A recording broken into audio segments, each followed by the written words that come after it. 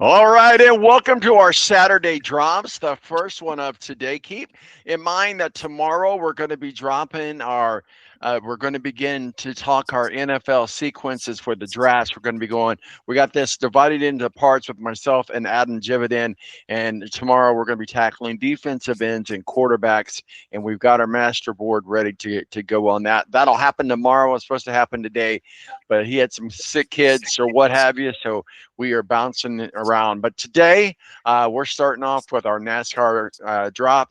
Steve Wilson, editor in chief of SpeedwayDigest.com, and our official NASCAR contributor, is out in Vegas as the NASCAR O'Reilly Parts Series rolls into Vegas from Phoenix, and so does the NASCAR Cup Series. So from Phoenix to Vegas, NASCAR turns up the heat in the desert. How are you doing, sir? How are you? Oh, I'm doing all right. As we were talking offline, I'm not a casino person, so you won't find me in the casinos at all, if Well, any. that might be a good thing. That's for sure. So, um, but yeah, I like Vegas. It's been several years since I've been out there, but yeah, I am a what you would call a lightweight gambler. If I'll maybe go in on a casino, if I've got like $100, that's it. When it's gone, it's gone. But I recycle it, and I do the same thing. We have a good friends with the DraftKings, so we try to always boost them here on this show, and we throw a little in the pot each week for DraftKings. Hey, let's talk a little bit about what happened last week. We'd already recapped last week because we talked on Sunday last week about the O'Reilly Cup Series recap, if you will. And of course, Allgaier winning that. Jesse Love, man, what a disappointment loss for him. He looks to rebound this week in Vegas. We'll get to that preview here in just a second. But let's talk about the Straight Talk Wireless 500 at Phoenix. Ryan Blaney, Penske driver, pulls out in wins in he just a wow factor. There must be something about that mustache because when Chase Elliott had the mustache, he was doing well. Ryan Blaney has the mustache, he did well. But Christopher Bell, he led the race 176 laps, and then you have Kyle Larson, Ty Gibbs, and Denny Hamlin all in the mix there. Give us some takeaway to what you thought about the race out in Phoenix with the NASCAR Cup Series. Yeah, we go back and we look at it, and Goodyear right before the race made a statement on social media about, hey, we're some of these tire pressures and stuff like that that we are telling teams to run. These aren't really a suggestion, and they were trying to avoid some of the things that happened out there. And we did see this with Kyle Busch. We saw this with multiple others where they had tire failures out there. Leading to crashes and things like that, and some of them even had repeated tire failures out there throughout the race. So we knew kind of going into this that the teams would try and play around a little bit with those tire pressures, just trying to get a little bit more grip out there with that expanded horsepower package and things like that. Overall, I think from the racing perspective, is that NASCAR went and is up the horsepower tracks like that, short tracks, mile tracks, things like that. That at Phoenix, and there is a little bit, you see, yeah, I think we saw a little bit of an improvement out there. We didn't really see a lot of times where a driver would get away with the race lead, and then it was just almost nearly impossible to either catch them or pass them. And we saw that with Ryan Blaney and Christopher Bell there at the very end, the final part of that race, where Bell was able to close in within about 3/10 of a second or so of Blaney, but still failed to win the race. But still, I think we did see a little bit of an improvement there. If you go back to last year, even the year before with this next gen car, it was just really, really hard to even get that close to drivers. If somebody got out, that was just kind of it. There was just no question about what was going to happen after that.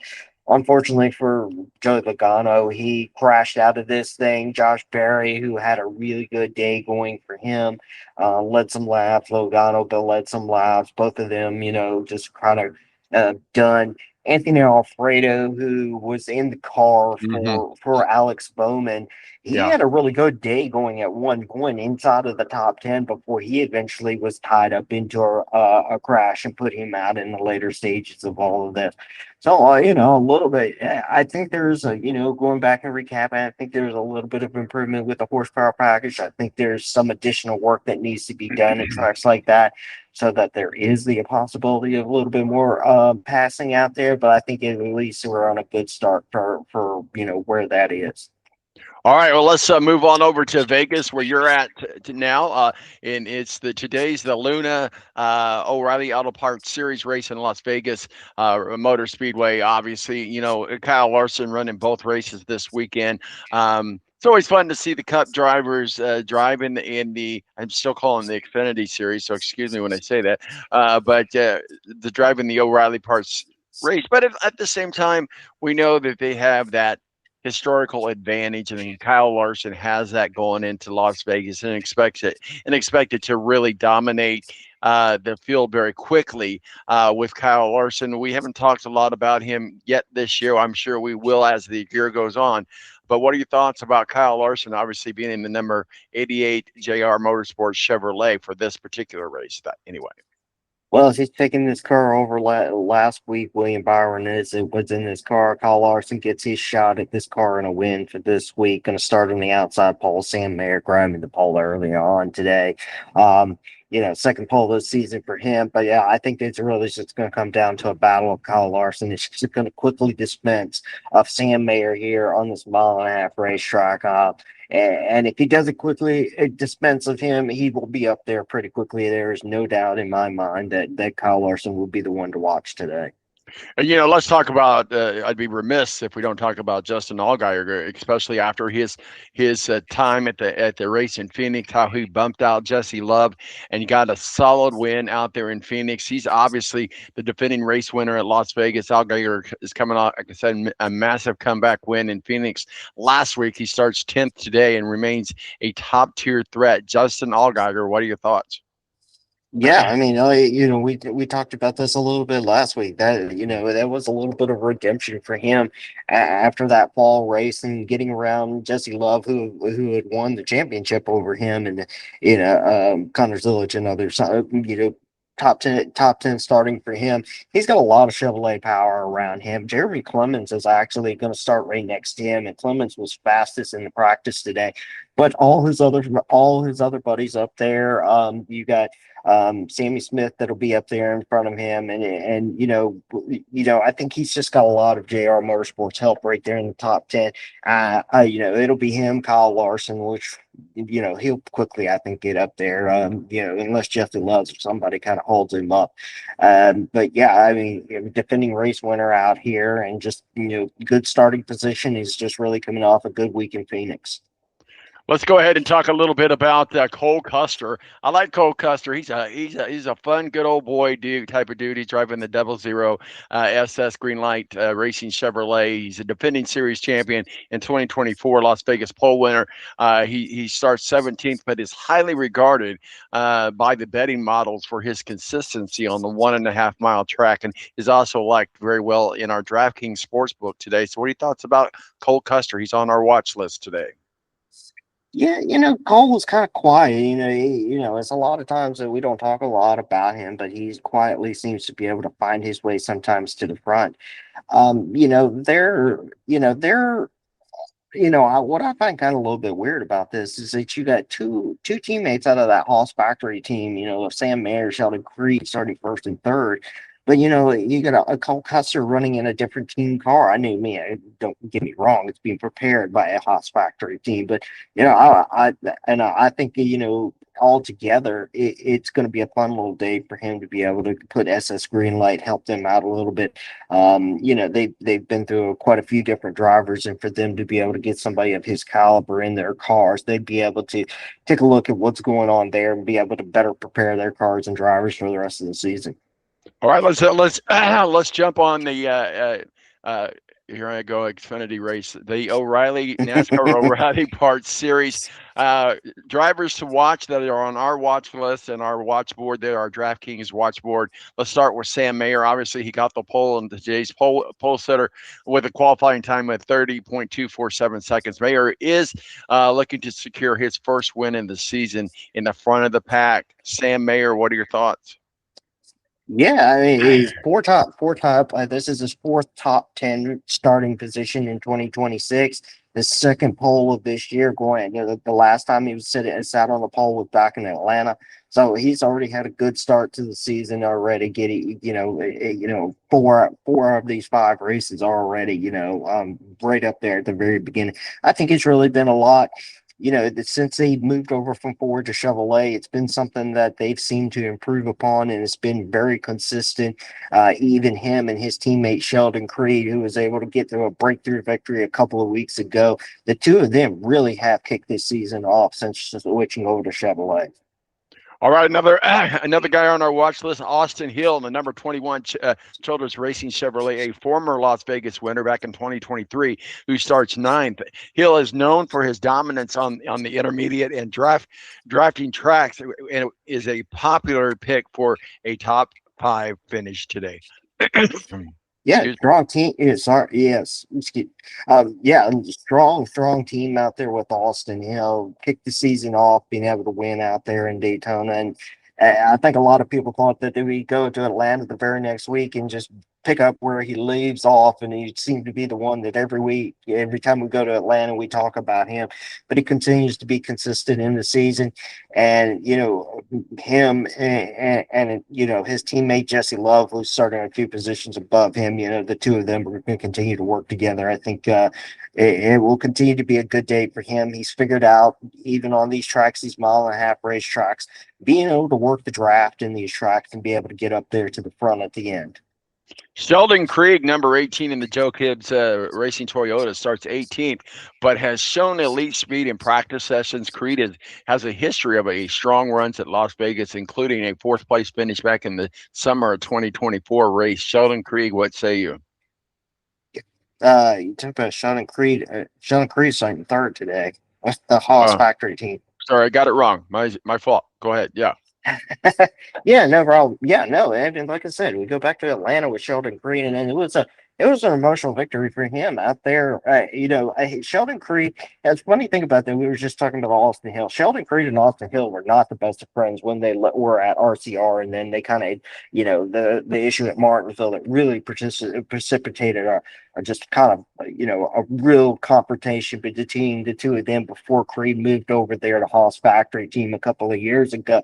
But the funny thing about it is that Austin Hill came to victory lane when he won in Atlanta a couple of weeks ago, and gave him gave him a hug and a handshake, and the two of them seemed to be more friendly with one another. So I think that they've kind of put a little bit of that stuff behind them now that they're a little bit closer and teammates from the Chevrolet camp. But still, a good season for him.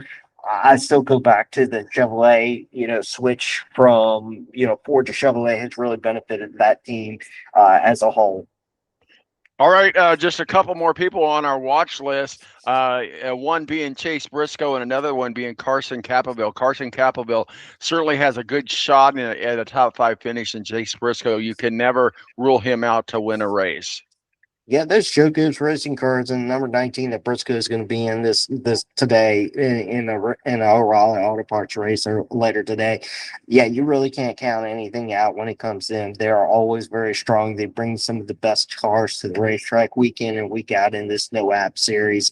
And as far as Kirk and Quabble, I mean, he is somebody that was kind of on the line last year, whether he was going to be back in this series, whether he was going to have be able to compete, and he's had shown this year that he has kind of picked up the pace a little bit more, and he is able to kind of go out there and defend this a little bit better with being able to keep his seat for the JR Motorsports. He's led the way a couple of times for them in a few races, and I feel like he's really kind of made a turn this season. So, that as long as that kind of keeps going on, I think he'll be okay.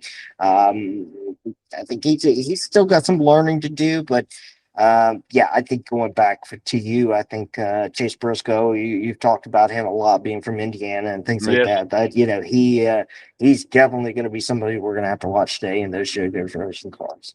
I do like Chase Briscoe. He's a personal favorite of mine. A couple more other drivers of notable ability that we're watching week after week. Connor Zillage in that number one JR Motorsports in Chevrolet.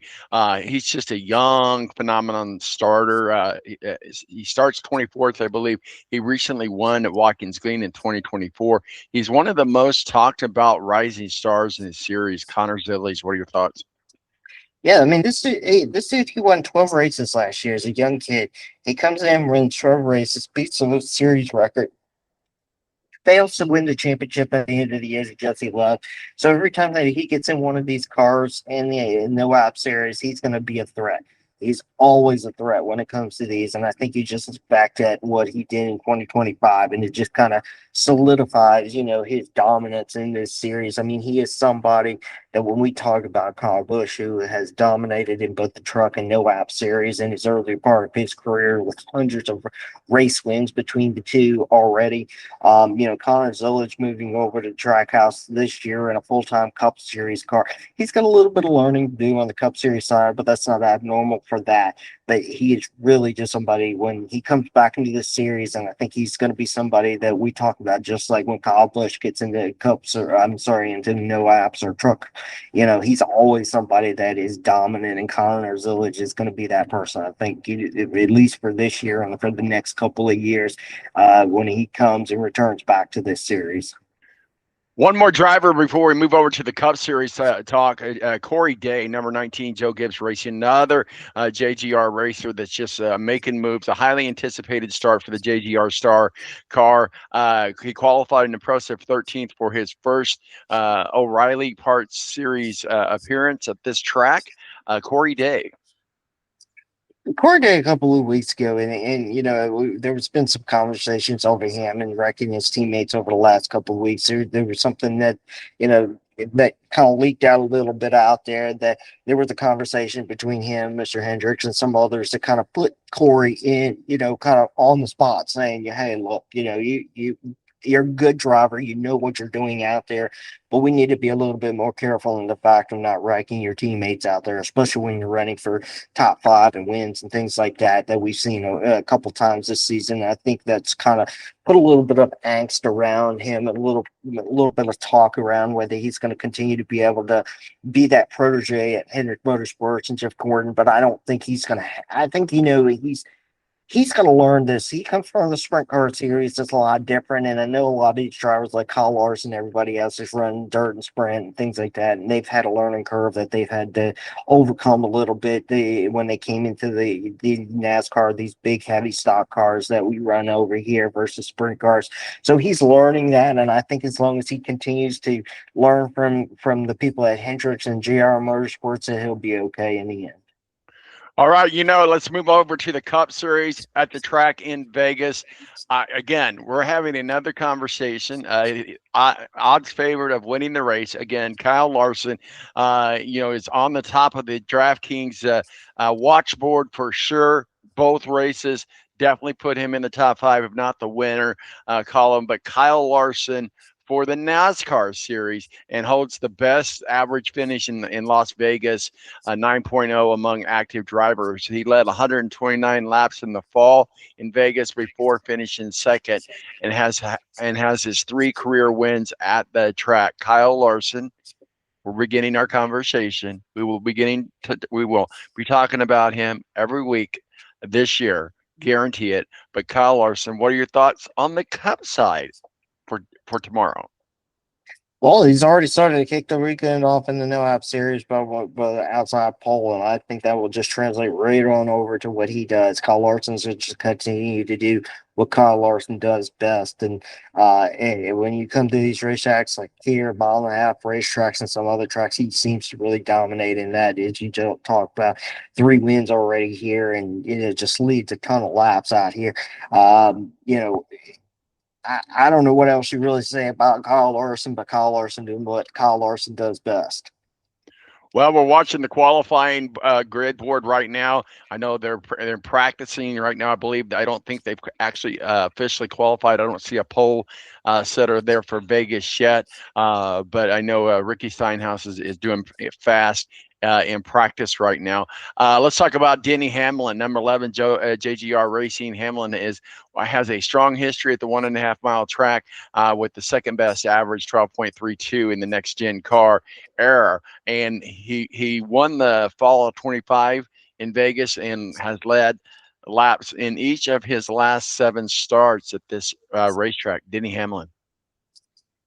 I think if you look at this season for Denny Hamlin, this is going to be a season in which defines his career in a lot of ways. And I know we keep talking about, and I'm sorry to get off topic a little No, you're bit, but fine. this I think feel like is going to define his career after what happened last year, his failure to win the championship once again. He's struggled through a lot of the off season, and he now comes into the season not necessarily knowing what he wanted to do, and whether he was going to get back into this car. Now the last 3 races he has started in, he's had good starts, and I mean it's just I think going forward, it will be, like I said, a defining moment of his career. Going back to Vegas, I mean, sorry, going back to Phoenix, and being able to get a top 5 finish there, with Todd Gibbs, another teammate in front of him, and I think there's a lot of surrounding, going forward with Tyler Reddick and 23XI, who won the first 3 races of the year, and there's just a lot of that going on that you can see that the transitional phase of Hamlin at the end of his career and defining his career throughout this season. And if he shows up next season, which I think is the ending of his current Yeah, contract, or yeah, if he shows back up, he's trying to solidify his legacy in this sport, and he's come so close so many different times to winning that championship that he just cannot and has not done it.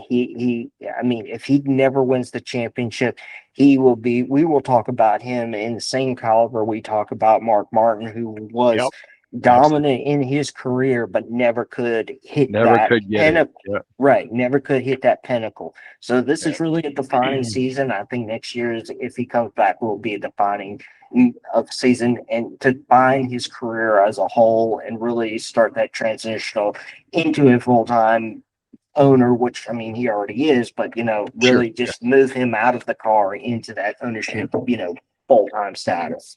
Another guy on our watch list for the Vegas race tomorrow is Christopher Bell, another JGR racer. He tied for the second best in the second best of the odds. Looking at the betting books, Bell has been remarkably consistent at Vegas since 2023 with an average start of 6.3 and an average finish of 9.5. He's very consistent. He finished second in this race last year and led 61 laps.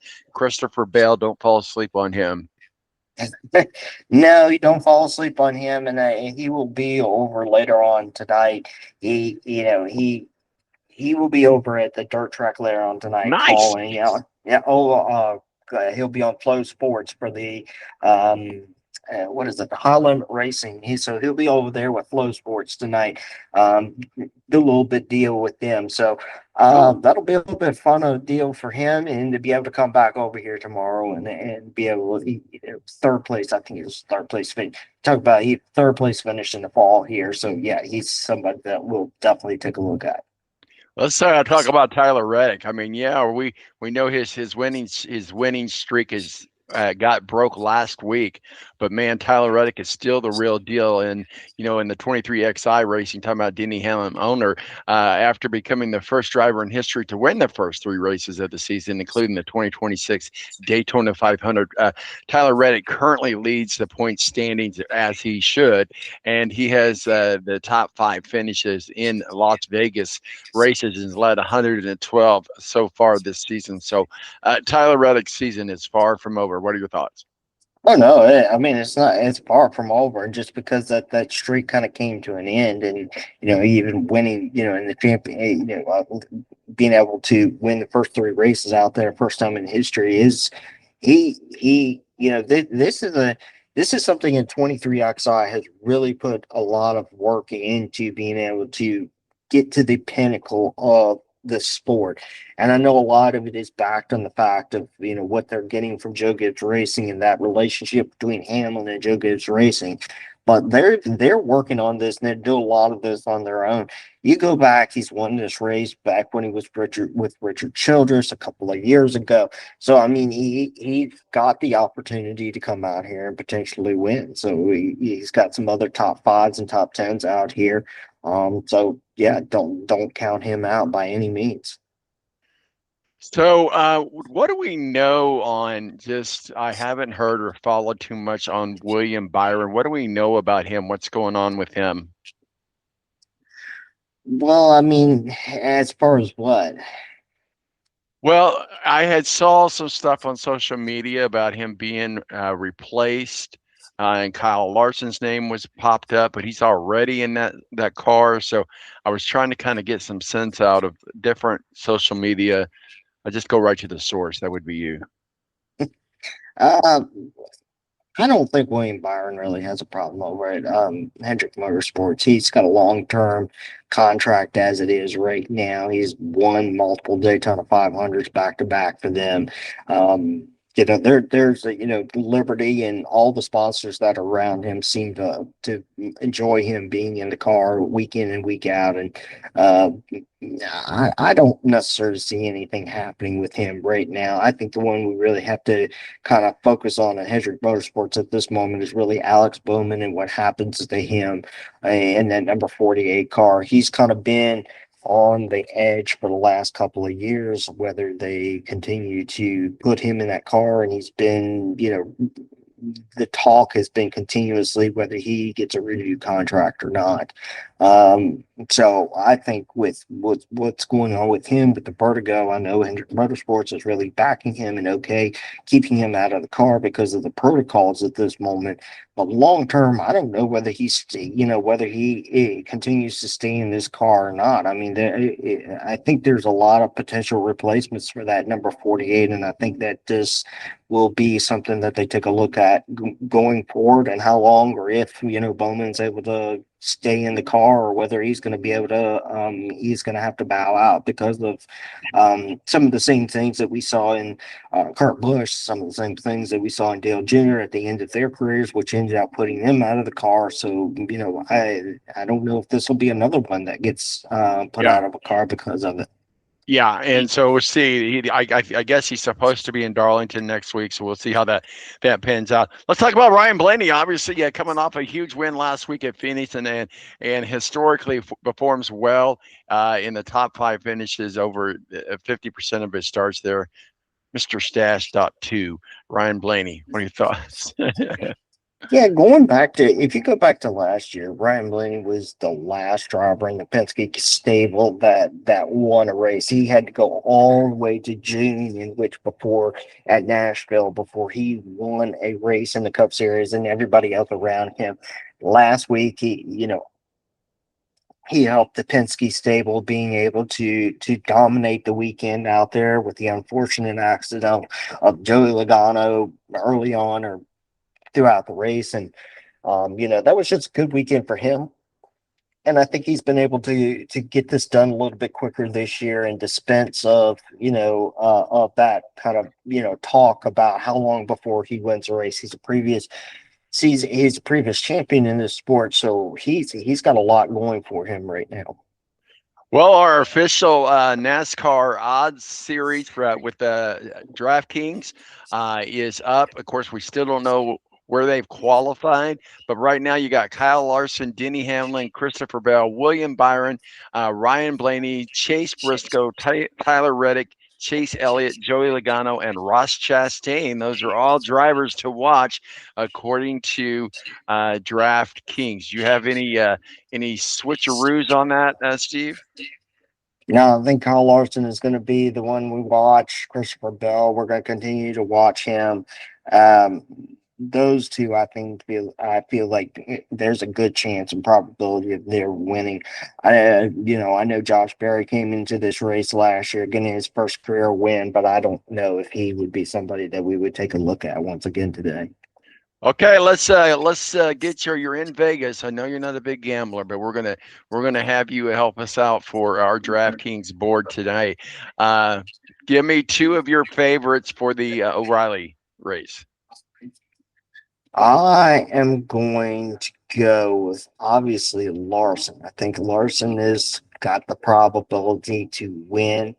And then Brandon Jones, I think, is kind of a dark horse. He's got starting in the top five, but I feel like it would be a good day for him to potentially break through.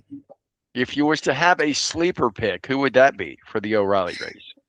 Oh man, Lord. I don't know if he's necessarily a sleeper, but Connor Zillage, I think, in his one of a few appearances will has the potential today too. I don't know if you want to say that's a sleeper pick or not, but I would go with Connor Zillage. Are you prepared to make your picks for tomorrow's race? Or you want to text them to me after qualifications? No, I'm not ready to make that yet. All right. Sounds perfect. Steve Wilson, editor in chief of Speedway Digest, out in Vegas with us. Steve, you don't gamble, which is fine. Are you going to check out a show? You're going to go to a restaurant and eat some fancy food? What? No, I don't. I don't think I will. I'm pretty much a boring person. Ah, you bring a lot of life to this show. I'm probably the most boring show. I watch all these cooking shows. So I always like when they're out like in Vegas and something like always like when I go there the next time I want to try it. So you're not going to like jump on the stratosphere or anything like that? Oh No. no, no, Have no, you no. ever seen it? Have you ever I, been on the stratosphere before? I have driven past it, but no, I've never been up there. I'm afraid Ooh. of heights. Talk about vertigo, man. There you go. um, have you ever watched the Hangover movies? Yes. Which one's your favorite? I like Mr. Chow, so any of them with me. He's a funny guy. He's a really really funny guy. So he's I, also in Community. If you haven't had a chance to watch, I've he's really seen funny in that show. Community too. Yeah, I've seen that. I think it's two, but it's two where they wake up with the at Mike Tyson's house with the tiger. Was that the second one? That was the second one. Yeah, yeah. Yeah, When that Mike was Tyson great. on war with the tiger, and then Uh, have to go take that There, thing back. there you go. It's great. Steve Wilson, we appreciate you joining us as always. Enjoy your time out there in the desert. We'll catch up with you next week. Where can people find your work and masterpieces, sir? You can follow us at Speedway Digest on X, Facebook.com/Speedway Digest, and SpeedwayDigest.com. All right, Steve. We appreciate you. Thank you. Have a good race. All right, thank you.